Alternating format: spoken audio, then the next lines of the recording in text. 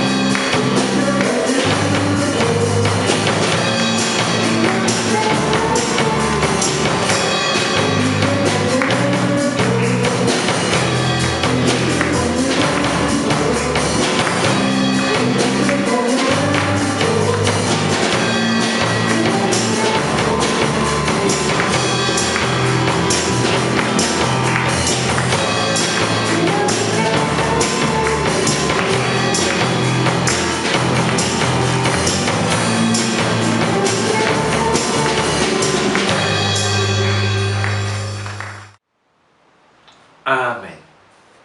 Gracias a Dios. Vamos a tener la lectura bíblica y les invito a que busquen en su Biblia, por favor, en el capítulo 5, versículos del 1 al 11 de la carta a los romanos, la carta escrita por el apóstol Pablo a los romanos, capítulo 5, versículos del 1 al 11. Dice la palabra del Señor: Justificados pues por la fe tenemos paz para con Dios por medio de nuestro Señor Jesucristo, por quien también tenemos entrada por la fe a esta gracia en la cual estamos firmes y nos gloriamos en la esperanza de la gloria de Dios. Y no solo esto, sino también nos gloriamos en las tribulaciones, sabiendo que la tribulación produce paciencia, y la paciencia prueba, y la prueba esperanza, Y la esperanza no avergüenza, porque el amor de Dios ha sido derramado en nuestros corazones por el Espíritu Santo que nos fue dado. Porque Cristo, cuando aún éramos débiles, a su tiempo murió por los impíos. Ciertamente apenas morirá alguno por un justo. Con todo, pudiera hacer que alguno osara morir por el bueno. Mas Dios muestra su amor para con nosotros, que aun siendo pecadores, Cristo murió por nosotros. Puesto mucho más, estando ya justificados en su sangre, por él seremos salvos de la ira, porque si siendo enemigos fuimos reconciliados con Dios por la muerte de su Hijo, mucho más, estando reconciliados, seremos salvos por su vida. Y no solo esto, sino también nos gloriamos en Dios por el Señor nuestro Jesucristo, por quien hemos recibido ahora la reconciliación. Amén. Esto es palabra de nuestro Dios. Se dice que el hundimiento del Titanic no fue tan solo porque se rasgara estos compartimentos en la parte frontal del barco, sino que este témpano de hielo con el que chocaron no encontró oposición, porque con facilidad el acero del casco del barco cedió, porque se dice que el casco tenía un acero que era de mala calidad, y por eso esa coraza inferior del Titanic cedió con facilidad. Qué importante hubiese sido para este impresionante barco que su casco se defendiese contra ese golpe que sufrió. Cuando pienso en esto, quiero decirte que todo creyente en Jesucristo tiene una coraza incomparable, impenetrable, y debe de usarla. Quiero que hablemos acerca de eso. Una coraza impenetrable de justicia. Pidamos al Señor que hable en nuestras vidas. Padre, háblanos, Señor. Te ruego que tomes mi persona y que solo palabras tuyas salgan de mi boca. Háblanos, te lo ruego en el nombre de Jesucristo. Amén. Buen día nuevamente a todos. Gracias porque se conectan con nosotros. Qué gusto saludarlos. Hoy continuamos con esta serie de mensajes en el libro de los Hechos de los Apóstoles, pero hemos hecho un paréntesis en lo que implica aquella lucha que se estaba presentando en todo lo que fue el extendimiento del Evangelio en Asia y especialmente en Éfeso, porque desde Éfeso Pablo estaba extendiendo misioneros, predicadores, pastores para atender el campo de toda Asia. Y Éfeso, este lugar en la gran mayoría dedicado a la adoración a una diosa pagana llamada Diana, y con todos sus templos, que cuando el Evangelio se empieza a recibir, la gente empezó a reaccionar. Aquellos que se dedicaban a las artesanías y vendían estas figurillas, empezaron a reaccionar, y dice Hechos 19:28, que cuando oyeron estas cosas se llenaron de ira y gritaron diciendo: grande es Diana de los Efesios. Es en este contexto que he estado hablando acerca de esta lucha espiritual que el mismo apóstol Pablo escribe posteriormente en una carta a los creyentes de esta misma iglesia en Éfeso, diciéndoles en Efesios capítulo 6, versículo 12, les dice: porque no tenemos lucha contra sangre y carne, sino contra principados, contra potestades, contra los gobernadores de las tinieblas de este siglo, contra huestes espirituales de maldad en las regiones celestes. ¿Saben? Lo que Pablo estaba diciendo es que esta lucha que se estaba presentando en la vida de los creyentes en Éfeso no era contra las personas, contra los fabricantes de estos ídolos, sino que era una lucha que se daba contra Satanás y sus huestes, contra principados, contra potestades, contra huestes espirituales de maldad en las regiones celestes. Y saben, esta lucha, que si vivía en aquel entonces la misma lucha que vivimos hoy día, una lucha espiritual, y es una lucha en la cual Pablo exhorta a estar preparados. Nos dice en el capítulo 6, versículos 11 de Efesios: vestíos de toda la armadura de Dios para que podáis estar firmes contra las acechanzas del diablo. Cada creyente en Jesucristo, ¿saben?, tiene una armadura. Esta armadura que debemos ponernos, ¿sí?, y que en medio de la lucha nos ayuda a estar preparados contra las acechanzas de nuestro enemigo. Este enemigo que lo que busca es destruir el evangelio y dañar la vida espiritual del creyente. Por eso necesitamos estar firmes contra estas acechanzas. La semana pasada hablamos de la primera parte de esta armadura, que era la verdad, y nos dice que nos debemos de ceñir con la verdad. La verdad la vimos en tres aspectos. Esta primera parte de la armadura que Pablo la utiliza como un ejemplo, la vimos en tres aspectos. La verdad de Dios. Dios existe, es verdadero. Él nos ha revelado su verdad. Y nosotros estamos profundamente necesitados de esa verdad porque somos pecadores. Necesitamos ese perdón de Dios. Lo segundo es que la verdad que nos salva.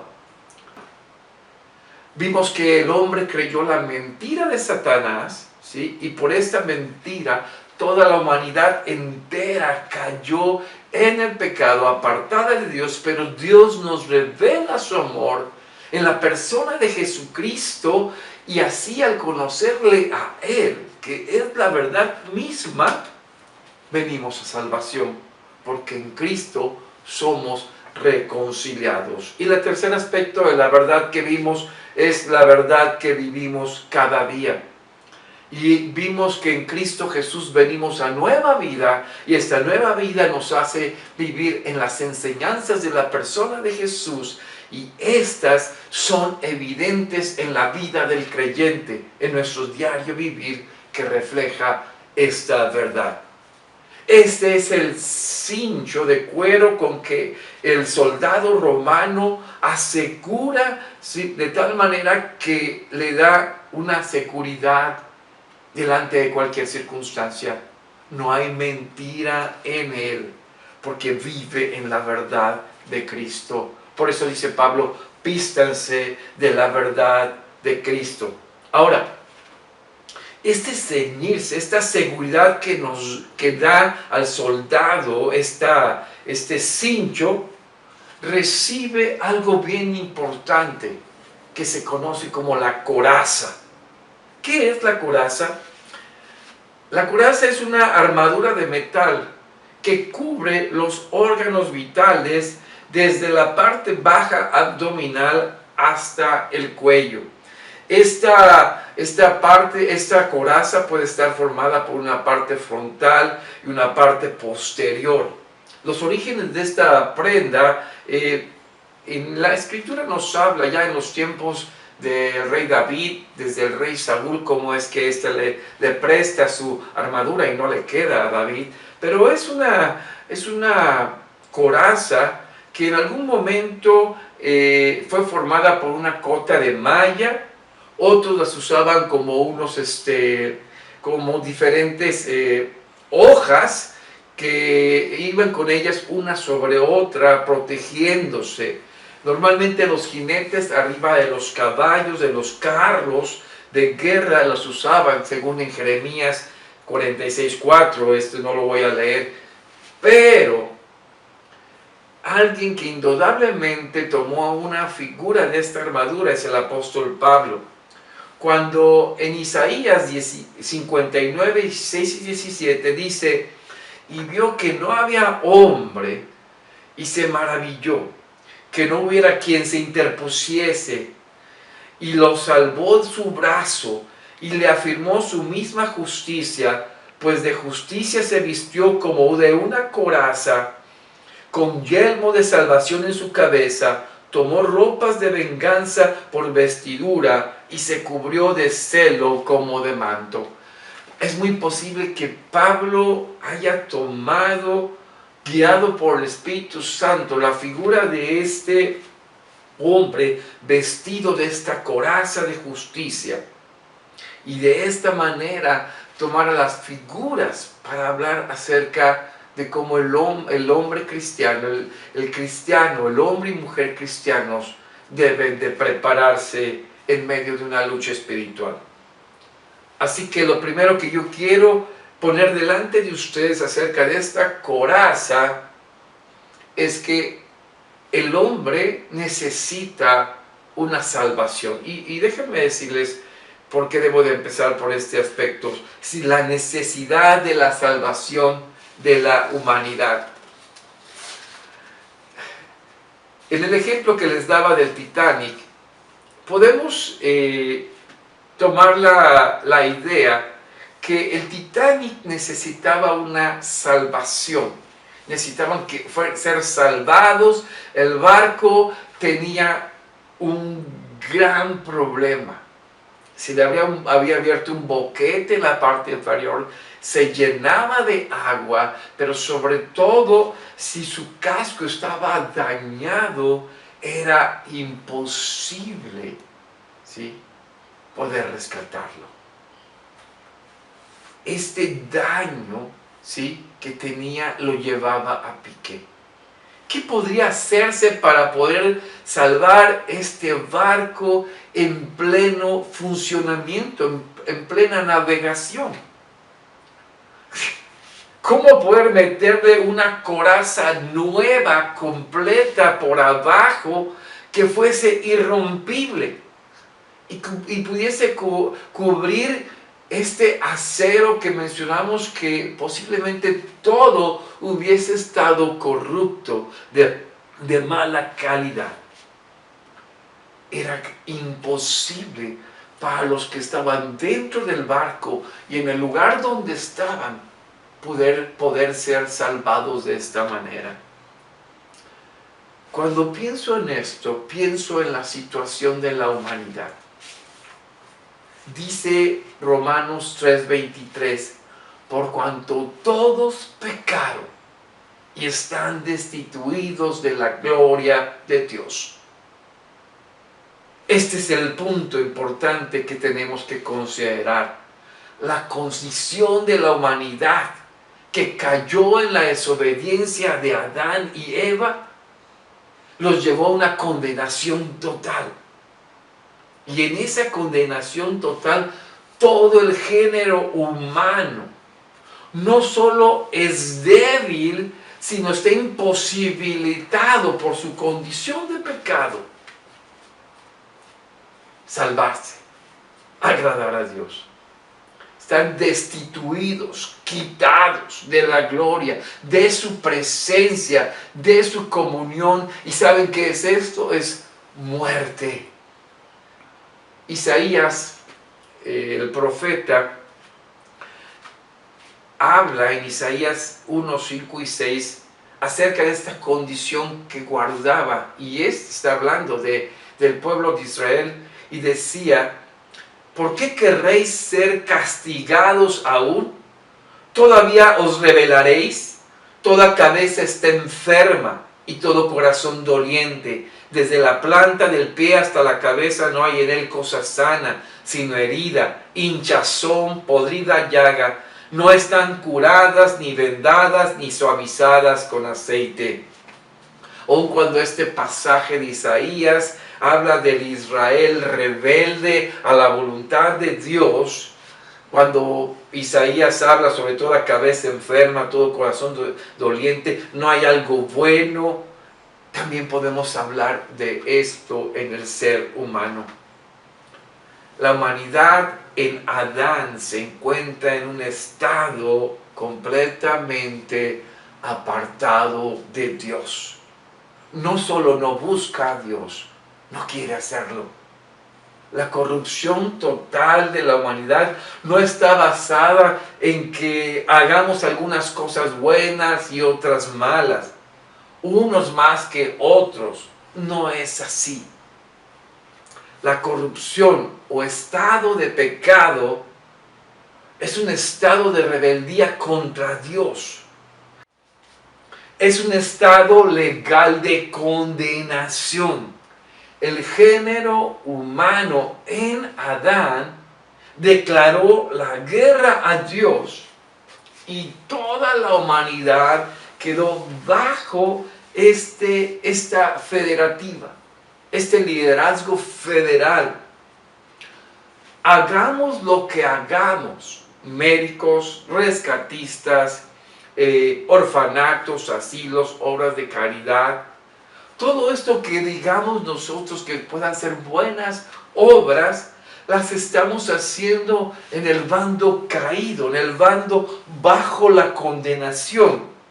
Y las hacemos para nuestra gloria y no las hacemos para la gloria de Dios. Es decir, no buscamos en nuestro corazón glorificar a Dios para lo que fuimos nosotros creados. Los hacemos para nuestra propia gloria. No hay alguien que busque lo bueno, no hay ni siquiera uno. Necesitamos ayuda externa, una justicia externa que pueda venir y reconciliarnos con Dios, porque interiormente nadie puede. Esta es nuestra realidad. No solo nadie puede, nadie quiere. Estamos muertos en nuestros delitos y pecados. Usando un poco del ejemplo del Titanic, para el barco prácticamente era imposible salvarse a sí mismo. Y podríamos añadir un detalle a este barco, que aquellos que están dentro del barco, aun cuando tuvieran los botes salvavidas, que algunos comentan que estos botes no eran suficientes, tomando el ejemplo de la condición humana, estos estando dentro del barco, no solo no quieren subirse a los botes salvavidas. No estoy diciendo que esto haya ocurrido en el Titanic. Estoy hablando de esta condición humana, que aun cuando tuviese y pensase que hay botes, no está interesado. ¿Saben por qué? Porque no está convencido de que está perdido. El ser humano, sin Cristo, sin Dios, no sabe que está perdido en sus delitos y pecados, ¿sí? Es interesante, en una escena en la película se ve a unos músicos tocando mientras todo el mundo está corriendo, y ellos tocaron casi antes de que se hundiera el barco, y bueno, decidieron seguir practicando sus dones, pero la humanidad está así, viviendo su vida sin Dios, sin buscarle, y camino a una condenación ya establecida y segura. En esta condición está la humanidad sin Dios. Pero Dios, sí, pero Dios, dice la palabra de Dios, y el apóstol Pablo escribe en Efesios 2:4, pero Dios, que es rico en misericordia, por su gran amor con que nos amó, aun estando nosotros muertos en pecados, nos dio vida juntamente con Cristo, por gracia sois salvos. Sí, aun cuando la humanidad no solo estaba muerta y no buscaba a Dios, Dios por su amor a sí mismo nos revela esta realidad. Nos muestra nuestra realidad de pecado y nos ofrece la salvación a través de su Hijo Jesucristo. Sí, estamos profundamente necesitados de esa salvación. Jesucristo vino a darnos esta esperanza, esta verdad, esta cobertura nueva, completa, para poder devolvernos esta comunión con Dios. Dios nos ofrece, mediante el Hijo, la fe en su Hijo que nos salva. Yo te animo hoy a que quieras creer en esta preciosa salvación. Ahora, esta salvación preciosa fue blindada, ¿sí?, en Cristo Jesús. ¿Qué es esto? Esta es la coraza de la cual quiero hablarte hoy. Esta salvación que Dios nos da en la persona de Jesucristo está blindada, tiene una coraza.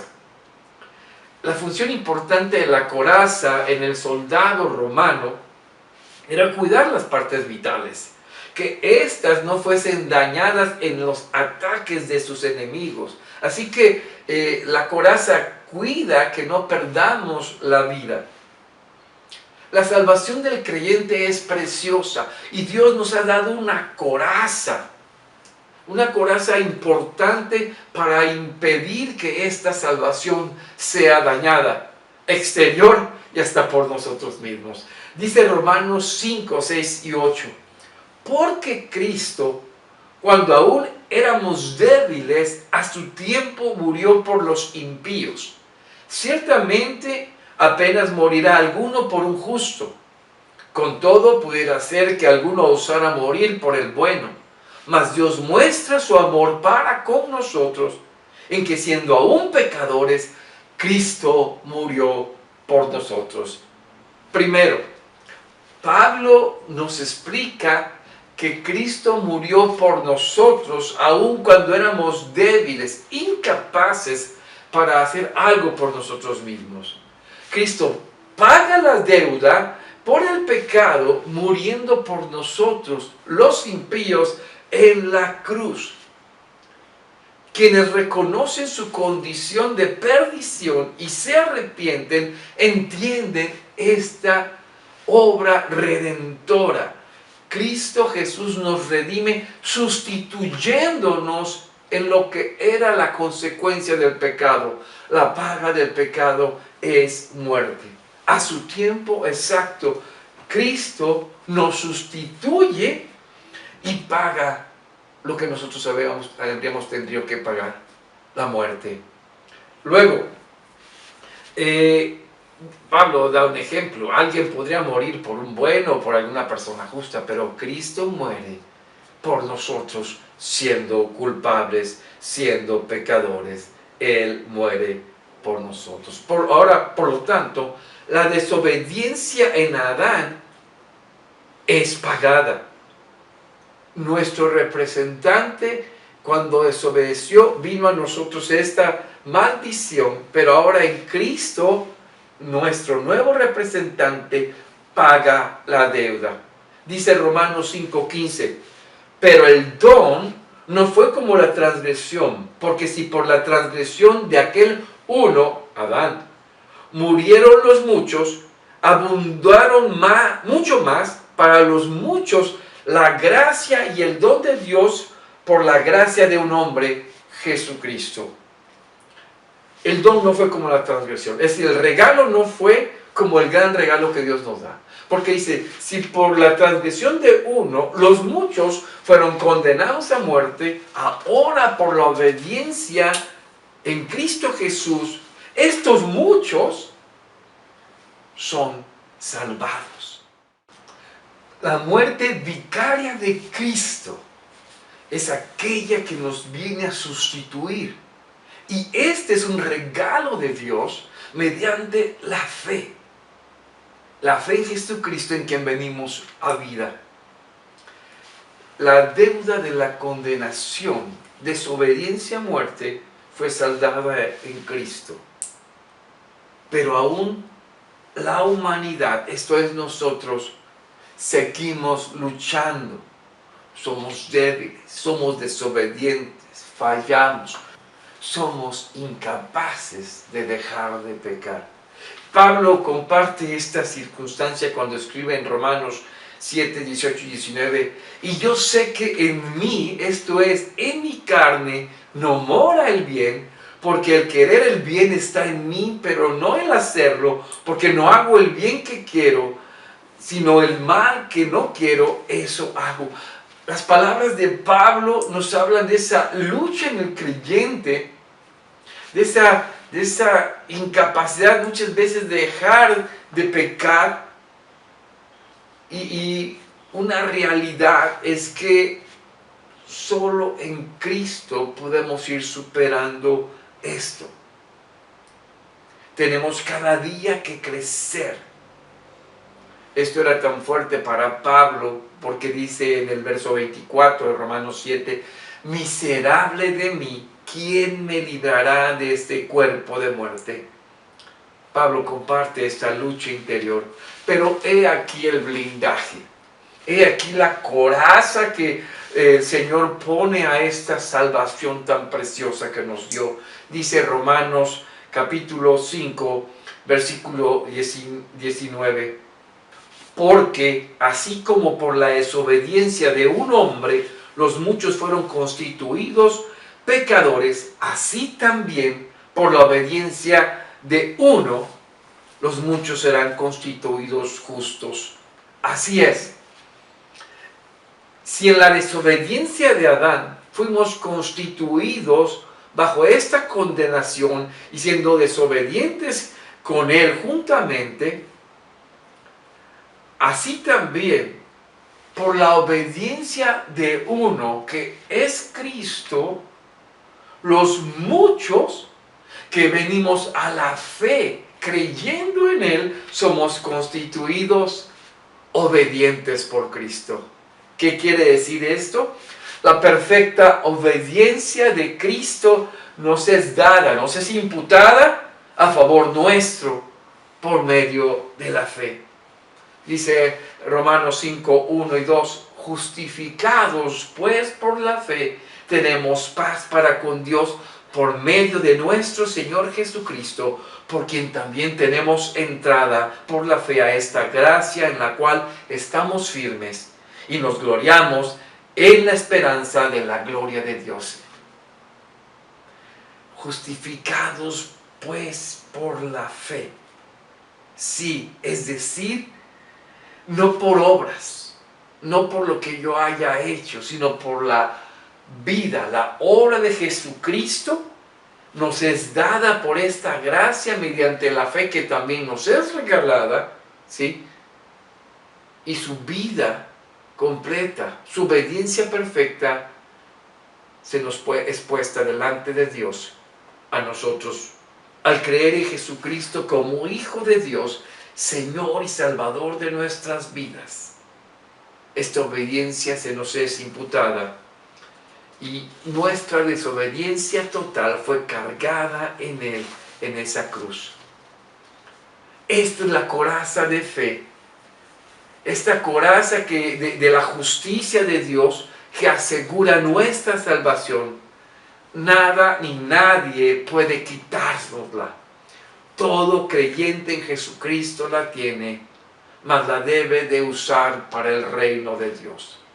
Si abusamos del ejemplo del Titanic, es como si el Titanic en pleno hundimiento viniera un acto milagroso y les metiera otra carcasa, otra cubierta inferior del acero más poderoso, irrompible, de tal manera que fuera levantado y asegurado para no hundirse. Esto es lo que recibe la vida del creyente, una coraza imposible de pasar, porque fue asegurada en la vida del Señor Jesucristo. Ahora, ¿cómo usar esta coraza? ¿Cómo usar esta justicia en nuestras vidas? Último, la justicia se vive diariamente.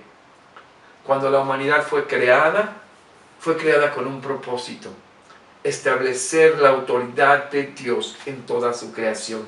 Dice en la Nueva Versión Internacional, Génesis capítulo 1, versículo 27 y 28, y Dios creó al ser humano a su imagen, lo creó a imagen de Dios, hombre y mujer los creó y los bendijo con estas palabras: sean fructíferos y multiplíquense, llenen la tierra y sométanla, dominen a los peces del mar y a las aves del cielo y a todos los reptiles que se arrastran por el suelo.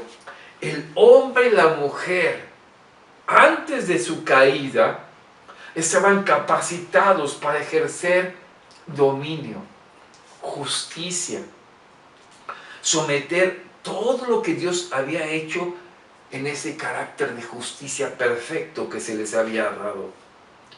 De esta manera el hombre y la mujer podían guiar a este mundo. Es la manera en que el hombre y la mujer ponen la justicia de Dios en su vida diaria.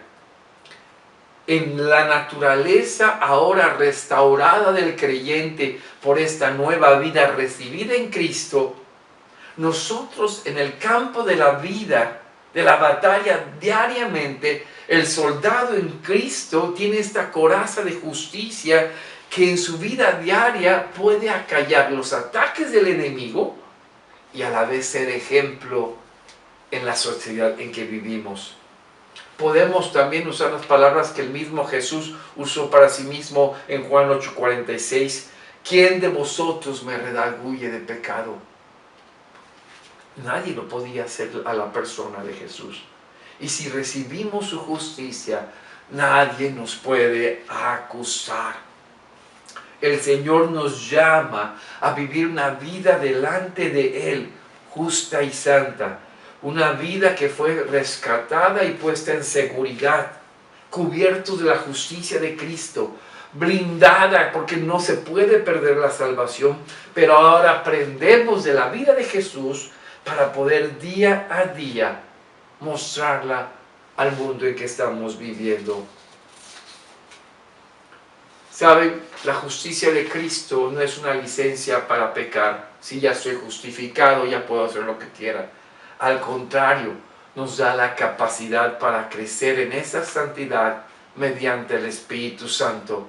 La vida del creyente en Jesucristo es el reflejo de la vida de Cristo para poder guiar a quién: gobiernos, sociedad, familias, hombres, mujeres, todo cuanto nos rodea, la misma creación. Como buen mayordomo de Dios, exhibimos la justicia de Dios para desarrollar en todo ambiente el ejemplo de Jesucristo.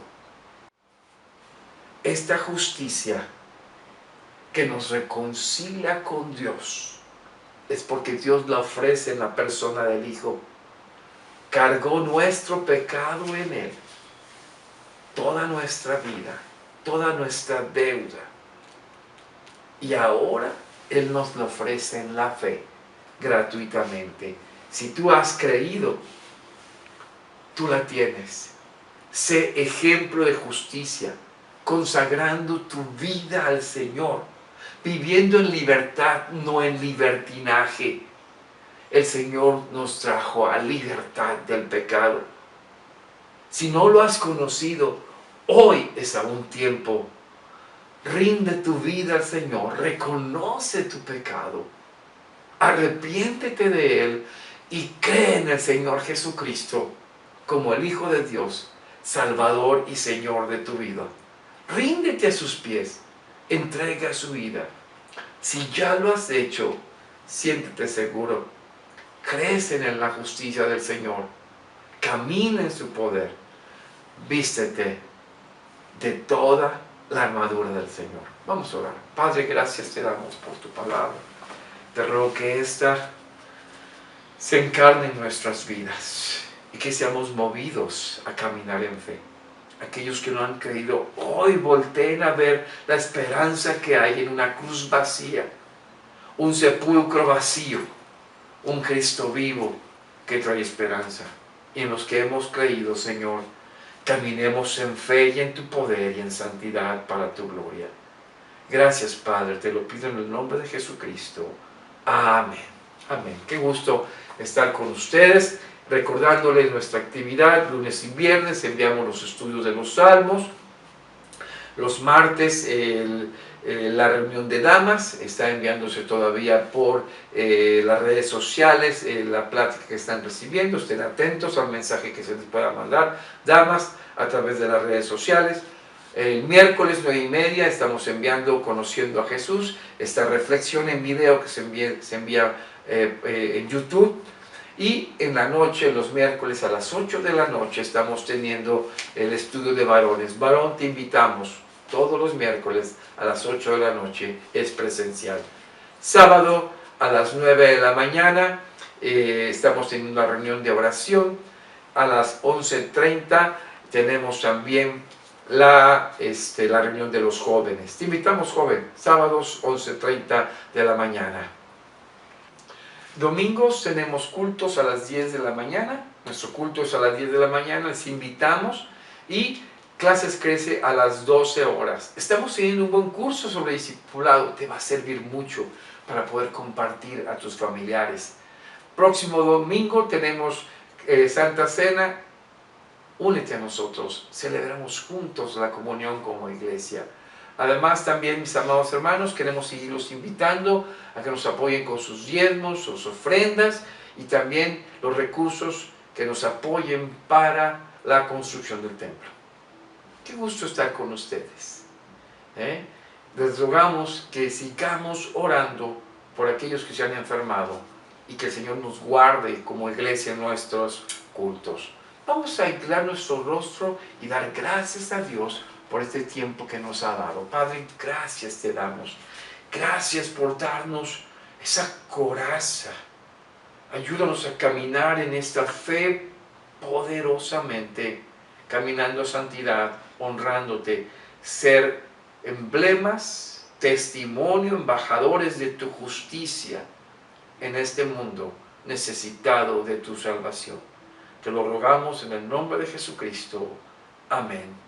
Vamos a recibir la bendición. Que la gracia que es de nuestro Señor Jesucristo, que dio su vida por nosotros y nos dio su vida como evidencia de obediencia.